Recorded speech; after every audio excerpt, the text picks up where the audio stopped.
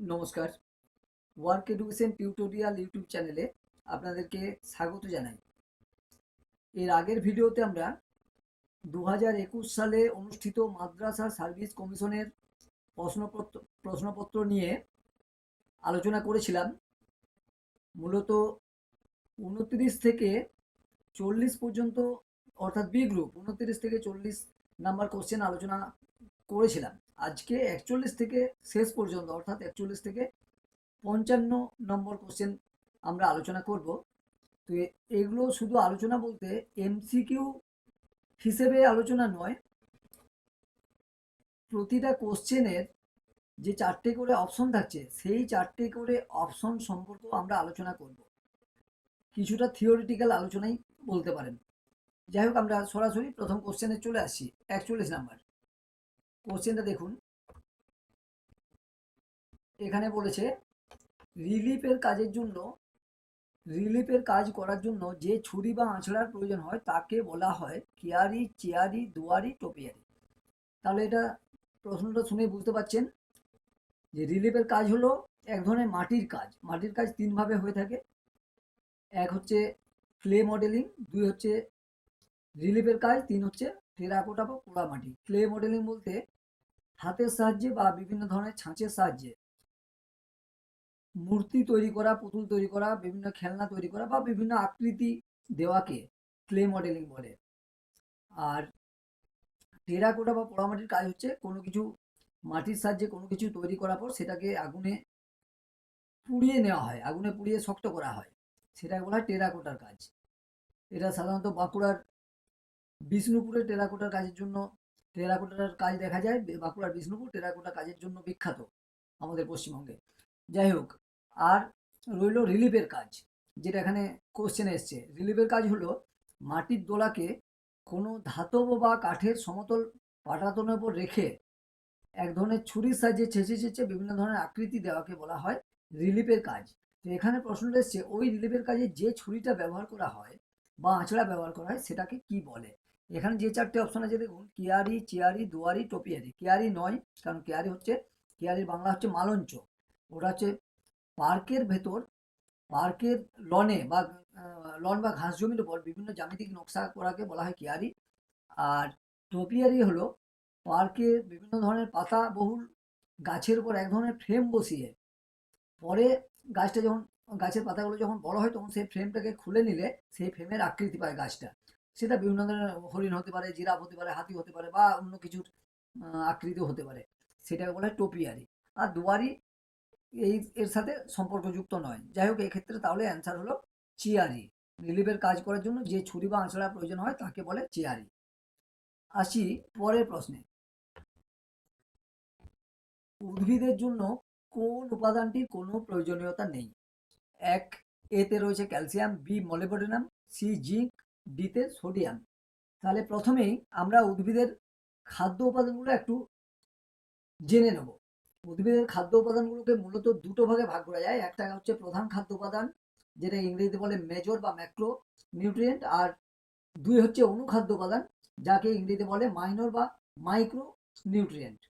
এই প্রধান খাদ্য উপাদানকে আবার দুটো ভাগে ভাগ করে, একটা হচ্ছে মুখ্য খাদ্য উপাদান আর দুই হচ্ছে গৌণ খাদ্য উপাদান। মুখ্য খাদ্য উপাদান মানে যেটাকে ইংরেজিতে বলে প্রাইমারি নিউট্রিয়েন্ট, আর গৌণ খাদ্য উপাদান হলো সেকেন্ডারি নিউট্রিয়েন্ট। আর মাইক্রো বা মাইনর নিউট্রিয়েন্টকে বা অনুখাদ্য উপাদানকে আবার দুভাগে ভাগ করে। এক হচ্ছে মাইক্রো নিউট্রিয়েন্ট আর এক হচ্ছে ট্রেস এলিমেন্ট। মাইক্রো নিউট্রিয়েন্টের বাংলা হচ্ছে অনুখাদ্য আর ট্রেস এলিমেন্টের বাংলা হলো অনুপোষক। তো যাই হোক, মুখ্য খাদ্য উপাদান ছটি: calcium, carbon, hydrogen, oxygen, nitrogen, phosphate, potash. এই ছটি হলো মুখ্য খাদ্য উপাদান। আর গৌণ খাদ্য উপাদান এগুলো হলো ক্যালসিয়াম, ম্যাগনেসিয়াম, সালফার। আর অপরদিকে অনুখাদ্য উপাদান হলো zinc, boron, molybdenum, manganese, chlorine, copper, iron. আর ট্রেস এলিমেন্ট বা অনুপোষক হলো অ্যালুমিনিয়াম, সিলিকন, কোবাল্ট, এটসেট্রা। তাহলে দেখুন, এখানে যে 4টে অপশন রয়েছে ক্যালসিয়াম, মোলিবডেনাম, জিঙ্ক, সোডিয়াম, এই ক্যালসিয়াম, মোলিবডেনাম, জিঙ্ক, সোডিয়ামের মধ্যে সোডিয়ামের কোনো সেরকম কোনো সাধারণ উদ্ভিদের ক্ষেত্রে সোডিয়ামের সেরকম কোনো প্রয়োজনীয়তা নেই। সাধারণ উদ্ভিদের ক্ষেত্রে বললাম, কেন কি হ্যালোফাইট জাতীয় কিছু উদ্ভিদের ক্ষেত্রে এই সোডিয়ামটা সামান্য কাজে লাগে, কিন্তু সাধারণ উদ্ভিদের সেরকম কোনো কাজে লাগে না। আর ক্যালসিয়াম কাজে লাগে উদ্ভিদের, কারণ হচ্ছে ক্যালসিয়াম উদ্ভিদের কোষ প্রাচীর গঠনে এবং কোষ বিভাজনে অত্যন্ত গুরুত্বপূর্ণ ভূমিকা পালন করে। আর মলিবডেনাম উদ্ভিদের নাইট্রোজেন বিপাক প্রক্রিয়ায় অংশগ্রহণ করে। আর জিঙ্ক তো উদ্ভিদের হরমোন উৎপাদন এবং এনজাইমের সক্রিয়তার জন্য বিশেষ ভূমিকা পালন করে। তাহলে ক্যালসিয়াম, ম্যাগনেসিয়াম, জিঙ্ক এগুলো উদ্ভিদের দরকার। সোডিয়ামটার সেরকম কোনো দরকার নেই সাধারণ উদ্ভিদের ক্ষেত্রে। ওই যে বললাম যে হ্যালোফাইট জাতীয় যে উদ্ভিদগুলো রয়েছে তাদের সোডিয়াম দরকার হয়, তো সেটা তো সাধারণ উদ্ভিদের মধ্যে পড়ছে না। যাই হোক, এক্ষেত্রে সঠিক উত্তর হলো ডি। আগেই বলেছি যে অ্যান্সারগুলো কিছুটা ডেসক্রিপটিভ আলোচনা হবে, শুধু এমসিকিউ টাইপের কোশ্চেন অ্যান্সার আলোচনা করার জন্য আমি এই ভিডিও তৈরি করতে বসিনি, কারণ এমসিকিউ এর কোশ্চেন অ্যান্সার এর ভিডিও আপনারা ইউটিউবে প্রচুর পাবেন। আমি সেদিকে যাচ্ছি না, আমি চাইছি যে আনুষঙ্গিক ফিল্ডটা ক্লিয়ার করে নিতে। যাই হোক, এবার চলে আসছি পরের প্রশ্নে। এটা রয়েছে 43 নাম্বার কোশ্চেন। ইনার্চিং কোন কলম পদ্ধতি? এখানে দেখুন 4টে অপশন রয়েছে: শাখা কলম, গুটি কলম, চোখ কলম, জোড় কলম। এখানে শাখা কলম, শাখা কলমের অপর নাম হচ্ছে ডাল কলম, সেখানে ইনার্চিং থাকে না, গুটি কলমও থাকে না, আর চোখ কলম থাকে না। এগুলো নিশ্চয়ই আপনারা বুঝতে পারছেন যে শাখা কলম বা ডাল কলম বলতে কোনো একটা গাছের ডালকে কেটে এনে সেটা মাটিতে পুঁতে দিলে সেখান থেকে যে শিকড় বেরোবে, সেখান থেকে গাছ হবে, সেটা শাখা কলম। গুটি কলম জানেন যে গাছের একটা ডালকে সেখানটায় বেঁধে রেখে সেইখান থেকে শিকড় উৎপাদন করে, পরে সেটা কেটে নিয়ে অন্য জায়গায় রোপণ করা, সেটা গুটি কলম। চোখ কলম জানেন যে বারগুলো তুলে নিয়ে অন্য গাছে সেটা টি আকৃতির হতে পারে বা অন্য কিছু কাটিং করে তার মধ্যে সেই বারগুলো ঢুকিয়ে দিয়ে বেঁধে রাখতে হয়, ফলে সেখান থেকে নতুন ডাল বেরোয়। যাই হোক, আর জোড় কলম হচ্ছে যে দুটো গাছকে দরকার জোড় কলমের জন্য। জোড় কলম দুই প্রকার, একটা হচ্ছে সংযুক্ত জোড় কলম, একটা হচ্ছে বিযুক্ত জোড় কলম। যেখানে দুটো গাছ দরকার, একটাকে বলা হয় পরসাখী, আর একটাকে বলা হয়, একটা রুটস্টক আর একটা হচ্ছে শিওল। তো যাই হোক, এই জোড় ইনার্চিং যে কলম পদ্ধতি সেটাই জোড় কলমে দেখা যায়।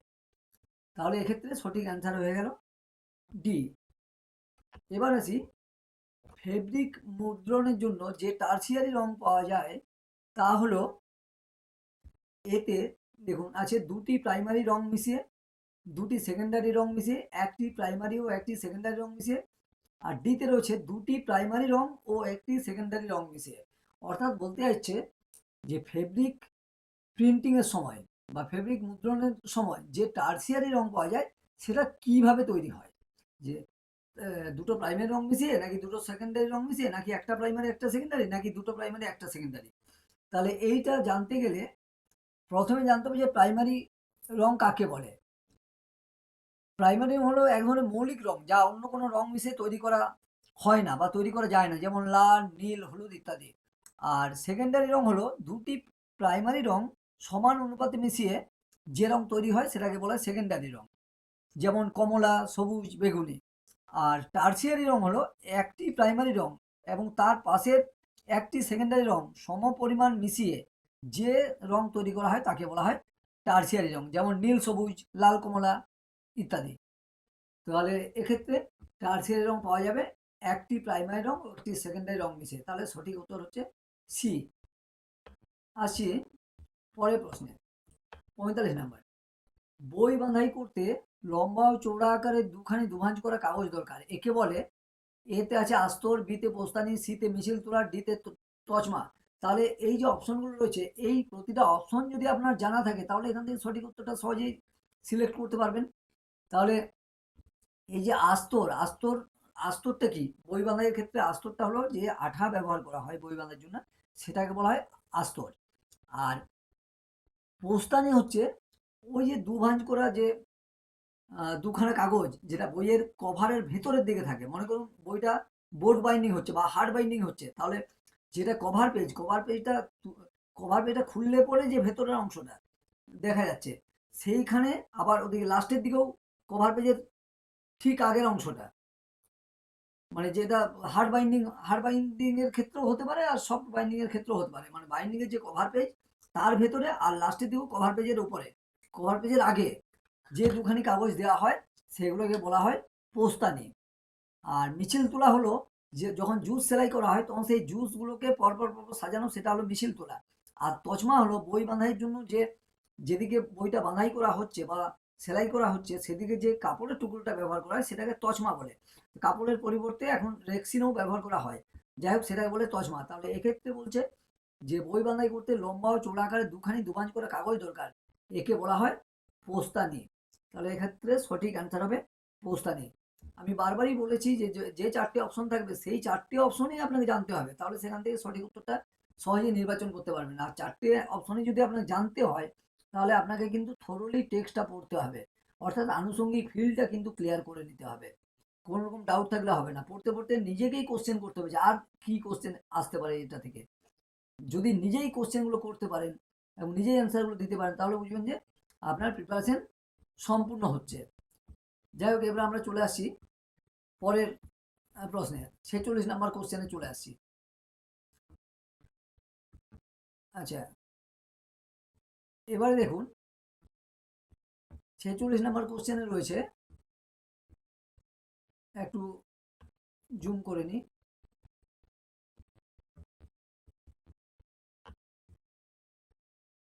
দেখা যাচ্ছে নিশ্চয়ই?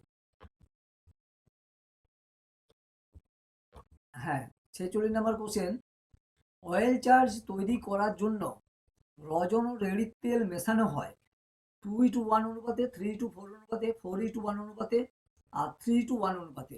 এটা এই প্রশ্নটা দেখেই বুঝতে পারছেন যে এটা সাবান ও ফিনাইল তৈরি, অর্থাৎ 18 নম্বর ইউনিট থেকে এসছে। তাহলে এক্ষেত্রে অয়েল চার্জ কি সেটা আগে বুঝতে হবে। অয়েল চার্জ হলো রজন আর রেড়ির তেলকে একসাথে গরম করলে রজন আর রেড়ির তেল মিশে যে দ্রবণ তৈরি হয় সেটাকে বলা হয় অয়েল চার্জ। অর্থাৎ সাবান তৈরি করার সময় বা ফিনাইল তৈরি করার সময় অয়েল চার্জ করার পর তার সাথে ক্ষার মেশানো হয়, দিয়ে ক্ষার মিশিয়ে ক্ষার মেশানোর পর তার ক্ষার মেশালে সাবানীকরণ বা সেফনিফিকেশন বিক্রিয়া হয়ে যাচ্ছে, তার সাথে বিশুদ্ধ জল মিশে সেটাকে তরল সাবান তৈরি করা হয়। এটা ফিনাইল তৈরির ক্ষেত্রে, তরল সাবানটা ফিনাইল তৈরির ক্ষেত্রে বা এমনি সাবান তৈরির ক্ষেত্রেও তরল সাবান বিভিন্ন কাজে আসে।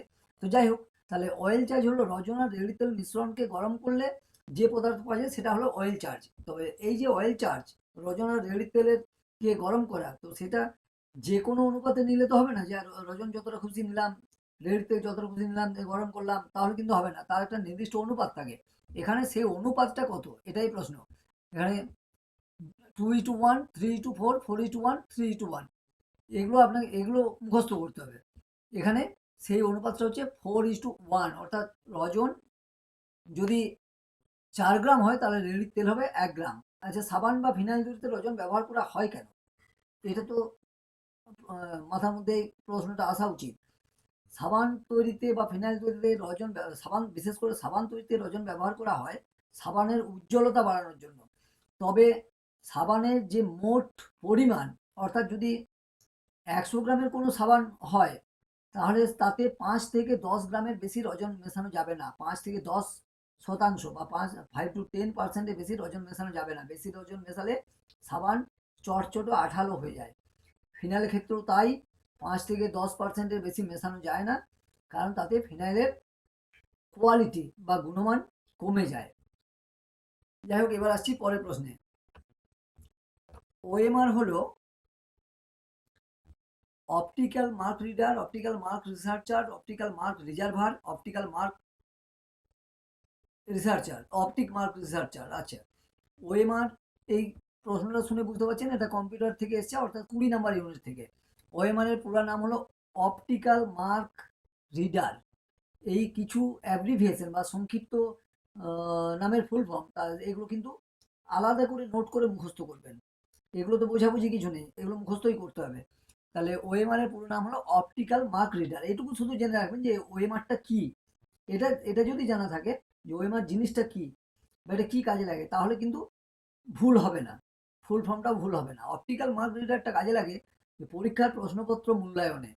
মনে করুন এই যে এসএসসি পরীক্ষা আপনারা দিচ্ছেন, সেখানে যে গোল গোল করে ভরাট করতে হয়, সেগুলো সেই খাতাগুলো ম্যানুয়ালি দেখা হয় না, ওগুলো কম্পিউটারে দেখা হয়। তো সেখানে ওই ওএমআর প্রসেসটা ইউজ করা হয়, ওএমআর ইউজ করে ওখান থেকে অ্যান্সারগুলো ঠিক কি ভুল হয়েছে সেটা দেখা হয়। তাহলে এটার পুরো নাম হলো অপটিক্যাল মার্ক রিডার, অর্থাৎ এ। আসি পরের প্রশ্নে। মাইক্রো কম্পিউটার হলো কম্পিউটার মাইক্রোস্কোপ, ব্যক্তিগত কাজে যে কম্পিউটার ব্যবহার করা হয় না, যে কম্পিউটার মাইক্রো প্রসেসর থাকে। আর ডিতে আছে কেন্দ্রীয় প্রক্রিয়াকরণ ছাড়া তৈরি করা কম্পিউটার। এখানে দেখুন, মাইক্রো কম্পিউটার হলো এমন এক ধরনের কম্পিউটার, যদি কম্পিউটার সম্পর্কে আপনাদের ধারণা থাকে ক্লিয়ার, যে কম্পিউটার জেনারেশন কি, কম্পিউটার কখন কিভাবে তৈরি হয়েছিল, তারপর আস্তে আস্তে ধাপে ধাপে বিবর্তনের মধ্য দিয়ে কিভাবে আজকের কম্পিউটার পৌঁছেছে, এই বিষয়গুলো যদি ক্লিয়ার থাকে আপনাদের কাছে, যদি এই সম্পর্কিত জ্ঞান থাকে, তাহলে কিন্তু এই কোশ্চেনগুলোর উত্তর সহজেই করতে পারবেন। যাই হোক, মাইক্রো কম্পিউটার হলো যে কম্পিউটারে মাইক্রো প্রসেসর ব্যবহার করা হয়। মাইক্রো কম্পিউটার হলো এমন এক ধরনের কম্পিউটার যার কেন্দ্রীয় প্রক্রিয়াকরণ ইউনিট ইউনিট বা সিপিইউ, যাকে বলে সেন্ট্রাল প্রসেসিং ইউনিট, এই সিপিইউ হিসেবে এক ধরনের মাইক্রো প্রসেসর চিপ ব্যবহার করা হয়। এই কম্পিউটারগুলো সাধারণত আকারে ছোট হয় এবং এগুলো একজন ব্যবহারকারীর জন্যই তৈরি করা হয়। যে আমরা যেসব কম্পিউটারগুলো ব্যবহার করি, ল্যাপটপ, ডেস্কটপ, ট্যাবলেট, স্মার্টফোন, এগুলো সবগুলোই হচ্ছে মাইক্রো কম্পিউটারের অন্তর্গত। এখন যে ল্যাপটপে বা যে কম্পিউটারে এই ভিডিওটা রেকর্ডিং করছি, এটা হচ্ছে মাইক্রো কম্পিউটার।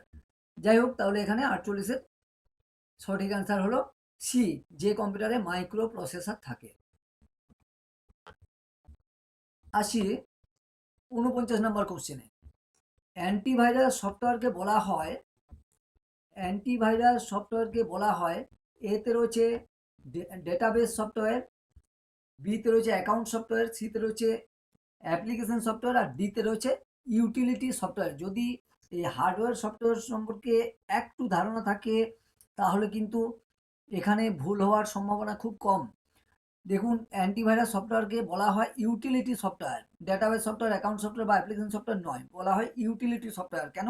ইউটিলিটি সফটওয়্যার বলতে কি বুঝি আমরা? ইউটিলিটি সফটওয়্যার হলো এমন এক ধরনের সিস্টেম সফটওয়্যার যা কম্পিউটার সিস্টেমের রক্ষণাবেক্ষণ, নিরাপত্তা এবং কর্মদক্ষতা বাড়াতে সাহায্য করে। অ্যান্টিভাইরাস যেহেতু কম্পিউটারকে ভাইরাস ও ম্যালওয়্যার থেকে রক্ষা করে এবং সিস্টেমের নিরাপত্তা নিশ্চিত করে, তাই অ্যান্টিভাইরাস সফটওয়্যার হলো একটি ইউটিলিটি সফটওয়্যার। অ্যান্টিভাইরাস সফটওয়্যার আপনারা অনেক জানেন, নটন রয়েছে, ম্যাকএফি রয়েছে, অনেক অনেক কিছু রয়েছে। যাই হোক, এগুলো হলো অ্যান্টিভাইরাস সফটওয়্যার। এবার আসি পরের প্রশ্নে, 50 নম্বর প্রশ্ন। দেখুন, এটা লিনাক্স হলো, এতে রয়েছে সিঙ্গেল ইউজার ওএস, বিতে রয়েছে মাল্টি ইউজার ওএস, সিতে রয়েছে মাল্টি টাস্কিং ওএস, আর ডিতে রয়েছে মাল্টি প্রসেসর ওএস। দেখুন, এখানে ওএস বলতে অপারেটিং সিস্টেম। যে কম্পিউটার চালাতে গেলে শুধু হার্ডওয়্যার সফটওয়্যার হলে হয় না, তাদের সংযোগ সাধনকারী এক ধরনের সিস্টেম দরকার, সেটা বলা হয় অপারেটিং সিস্টেম। তো operating system Linux, DOS, Windows ইত্যাদি বিভিন্ন ধরনের হতে পারে। তো এখানে বলছি লিনাক্সটা সিঙ্গেল ইউজার ওএস নাকি মাল্টি ইউজার, নাকি মাল্টি টাস্কিং, নাকি মাল্টি প্রসেসিং। লিনাক্স হলো মাল্টি ইউজার ওএস, অর্থাৎ মাল্টি ইউজার অপারেটিং সিস্টেম, যেখানে একসাথে অনেকজন ব্যবহারকারী কাজ করতে পারবে। মাল্টি মানে অনেক, ইউজার মানে ব্যবহারকারী, একসাথে অনেক ইউজারকারী, অনেক ইউজার বা ব্যবহারকারী এই অপারেটিং সিস্টেমটা ব্যবহার করতে পারবে, তাই এটা হলো মাল্টি ইউজার অপারেটিং সিস্টেম, অর্থাৎ অ্যান্সার হবে বি। যদিও এখন বর্তমানে আধুনিক লিনাক্স হলো মাল্টিটাস্কিং ও মাল্টি প্রসেসিংও হয়, তাহলে যদিও সঠিক অ্যান্সারটা হওয়া উচিত এই তিনটেই, বি, সি এবং ডি। তো যেহেতু এখানে অপশন নেই, তাই আমরা লিনাক্সকে মাল্টি ইউজার অপারেটিং সিস্টেম বলে ধরছি, কারণ লিনাক্সের বৈশিষ্ট্যটাই হলো যে লিনাক্স হলো মাল্টি ইউজার ওএস। আমি বললাম কি, যে এখন বর্তমান যে লিনাক্স বা আধুনিকতম যে লিনাক্স, তাতে কিন্তু মাল্টি টাস্কিং এবং মাল্টি প্রসেসিং এর কাজও করা যায়। যাই হোক, এক্ষেত্রে আমরা সঠিক অ্যান্সার ধরবো বি। আসছি পরের প্রশ্নে। 51 নম্বর প্রশ্নে আমরা চলে আসছি। দেখুন, 51 নম্বর প্রশ্নে রয়েছে,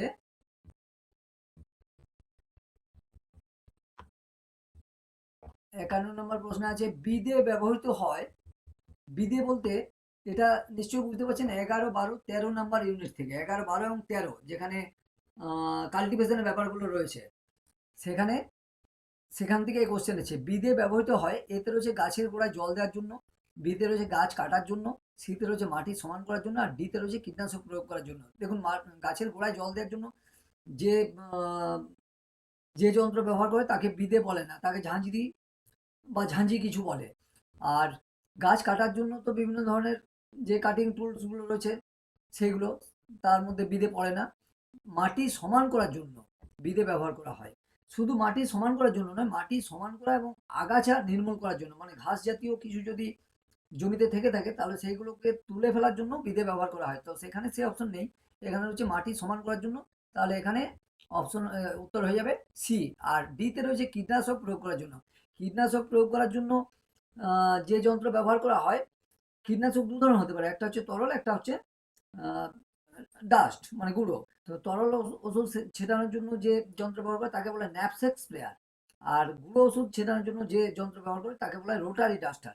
তাহলে ডিও নয়, এও নয়, বি নয়, ডি নয়, এখানে সঠিক অ্যান্সার হবে সি। এবার আসছি 52 নম্বর কোশ্চেন, কাপড়ে স্প্রে প্রিন্টিং করলে কি রং ব্যবহার করা হয়? এতে রয়েছে এনামেল, বিতে ফেব্রিক রং, সিতে রয়েছে তেল রং, ডিতে রয়েছে জল রং। কাপড়ে স্প্রে প্রিন্টিং করার জন্য ফেব্রিক রং ব্যবহার করা হয়। ফেব্রিক মানে হচ্ছে বস্ত্র বা কাপড়। তো এই ফেব্রিকের রংটা এমনভাবে তৈরি করা হয়, এটা স্পেশালি কাপড়ের জন্যই তৈরি করা হয়, যে কাপড়ের যে ফাইবার বা তন্তুগুলো থাকে তাতে এই রংটা খুব সহজে ধরে যায়। বন্ডিংটা ওই ফেব্রিক বা তন্তুর সাথে রঙের বন্ডিংটা খুব ভালো হয়, ফলে রংটা সহজে উঠে যায় না, কাপড় বারবার ধুলেও রংটা উঠে যায় না। যাই হোক, এক্ষেত্রে সঠিক অ্যান্সার হবে বি। এবার আসি 53 নম্বর কোশ্চেন, বিদ্যুৎ কয় রকমের?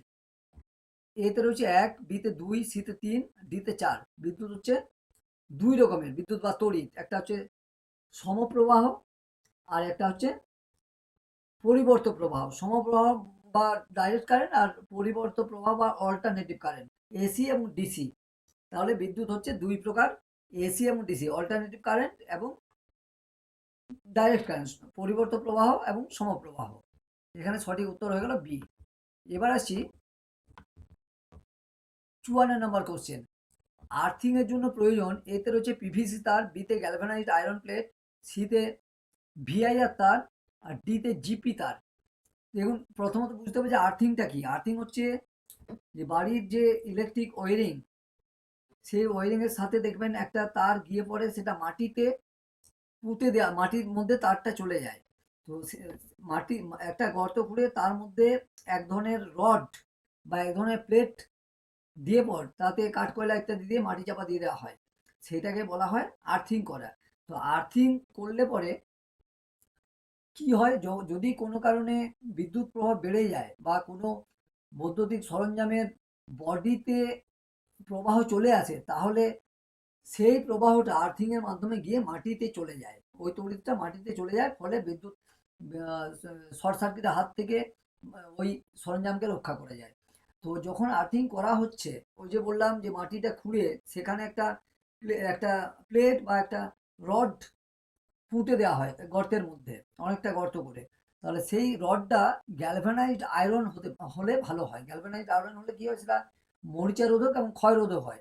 তাহলে গ্যালভানাইজড আয়রনের প্লেট ব্যবহার করা হতে পারে বা গ্যালভানাইজড আয়রনের রড ব্যবহার করা হয়। এই ভিআইআর তার, জিপি তার বা পিভিসি তার এগুলো ব্যবহার করা হয় না। তাহলে আর্থিং এর জন্য গ্যালভানাইজড আয়রন প্লেট ব্যবহার করা হয়। এক্ষেত্রে সঠিক অ্যান্সার হলো বি।